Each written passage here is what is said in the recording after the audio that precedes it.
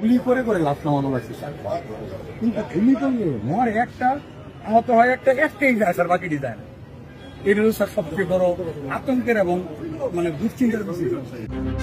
বৈষম্য বিরোধী ছাত্র আন্দোলনকারীদের লক্ষ্য করে গুলি করা নিয়ে সাবেক স্বরাষ্ট্রমন্ত্রী মোহাম্মদ আসাদুজ্জামান খান কামালকে জানাচ্ছিলেন ঢাকা মেট্রোপলিটন পুলিশের এক সদস্য।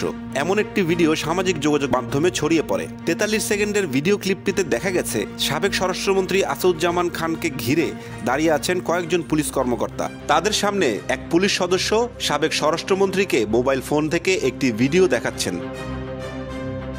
গুলি করে করে লাশ নামানো লাগছে স্যার। কিন্তু গুলি করলে মরে একটা, আহত হয় একটা, একটাই যায় স্যার, বাকি ডিজাইন। এটা স্যার সবচেয়ে বড় আতঙ্কের এবং দুশ্চিন্তার বিষয়। নামাইছে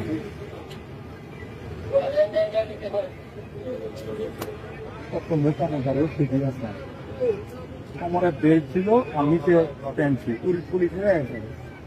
মোটর সাইকেল দেখে ব্যাগে কাপড় পাইছে, এটা বুঝিয়ে একটু মারছিল।